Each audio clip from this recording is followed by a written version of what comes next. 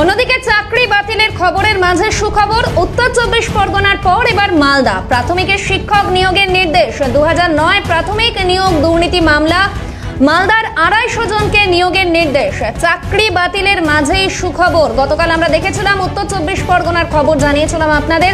এবার মালদা, উত্তর 24 পরগনার পর এবার মালদা, এবং মালদার 250 জনকে নিয়োগের নির্দেশ দেওয়া হয়েছে। প্রাথমিকের শিক্ষক নিয়োগের নির্দেশ। 2009 প্রাথমিক নিয়োগ দুর্নীতি মামলা, নির্দেশ বিচারপতি রাজাশেখর মান্থার।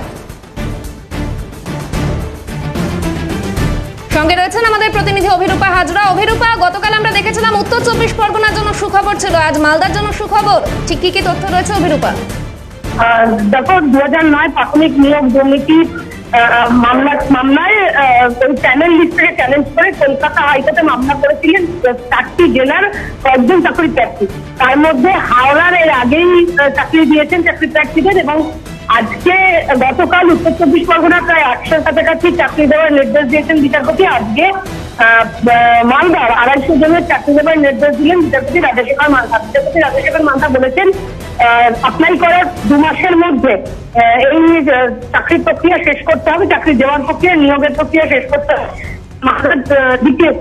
এবং বলা হয়েছে যে যাতে কোন রকম আর নতুন করে কোনো ত্রুটি খুঁজে না বের করে তাদেরকে নিয়োগ দিতে হবে, এমনটাই নির্দেশ দিয়েছেন বিচারপতি রাজাশেখর মান্থা। ফলত আর বাকি পড়ে রইল দক্ষিণ 24 পরগনা। সোমবার রয়েছে দক্ষিণ 24 পরগনার বিপিএসসির মামলাটি। এবার ওদেরকে চাকরির অনুমতি দেয় কিনা সেটাই এখন দেখার বিষয়। তাহলে একেবারেই ধন্যবাদ অভিরূপা। আমরা কথা বলছিলাম আমাদের প্রতিনিধি অভিরূপা হাজরার সঙ্গে।